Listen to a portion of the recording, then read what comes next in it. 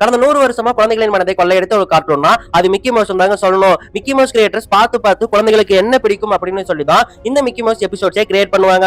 இருந்தாலுமே ஒரு இடத்துல மிஸ் பண்ணி இந்த மிக்கி மவுஸ் கார்ட்டூன்ல ஒரு எபிசோட உலகம் முழுக்க பேன் பண்ணிருக்காங்க. அது என்ன எபிசோடு தானே கேக்குறீங்க?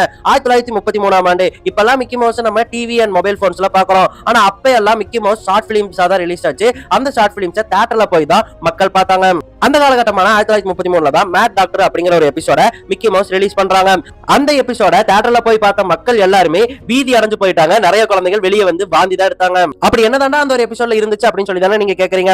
அந்த ஒரு எபிசோடைய கதை என்னன்னு கேட்டீங்கன்னா, ஒரு நாள் மிக்கி மவுஸ் தூங்கிட்டு இருப்பா. எந்திரிச்சு பார்க்கும்போது பக்கத்துல இருக்கக்கூடிய அவனுடைய நாயான ப்ளூட்டோ காணாம போயிருக்கும். எங்க போயிருக்கா அப்படின்னு சொல்லி தேடி பார்க்கும்போது அந்த ஒரு ஊருக்குள்ள மேட் டாக்டர் அப்படிங்கிற ஒரு பைத்தியக்கார ஆராய்ச்சியாளர் வந்திருப்பான். அவன் தன்னுடைய பங்களாக்குள்ள ப்ளூட்டோவை இழுத்துட்டு போன தெரிய வந்து அந்த பங்களாக்குள்ள மிக்கி மவுஸ் போகும். அந்த பங்களா வந்து பேய் பங்களா மாதிரி இருக்கும். அந்த பேய் பங்களா முழுக்கவே நிறைய டிராப்ஸ் இருக்கும்.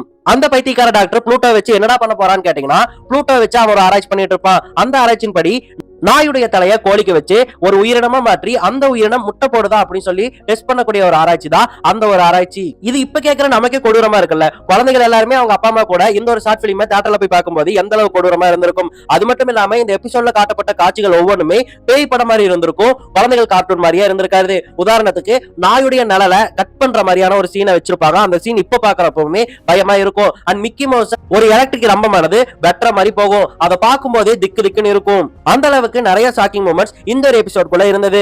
அதனாலேயே நிறைய குழந்தைங்க தியேட்டருக்குள்ள போய் இந்த ஒரு எபிசோட பார்க்கும்போது எல்லாருக்குமே அள்ளு கலந்துருச்சு. வெளியே வந்தவங்க இனிமே நான் மிக்கி மவுஸ்க்கு வரமாட்டேன் அப்படின்னு சொல்லிட்டு அழ தொடங்கிட்டாங்க. அதனால தியேட்டர் ஓனர்ஸ் எல்லாருமே முடிவு பண்ணி இந்த ஒரு எபிசோட் மட்டும் நாங்க ஒளிபரப்பவே மாட்டாங்க அப்படின்னு சொல்லிட்டு ஒரு முடிவே பண்ணிட்டாங்க. அதையெல்லாம் தாண்டி டிஸ்னி வந்து மிக்கி மவுஸ் வந்துட்டு ஒளிபரப்ப தொடங்குறாங்க இல்லையா அவங்களுடைய ஓடிடி தளத்துல.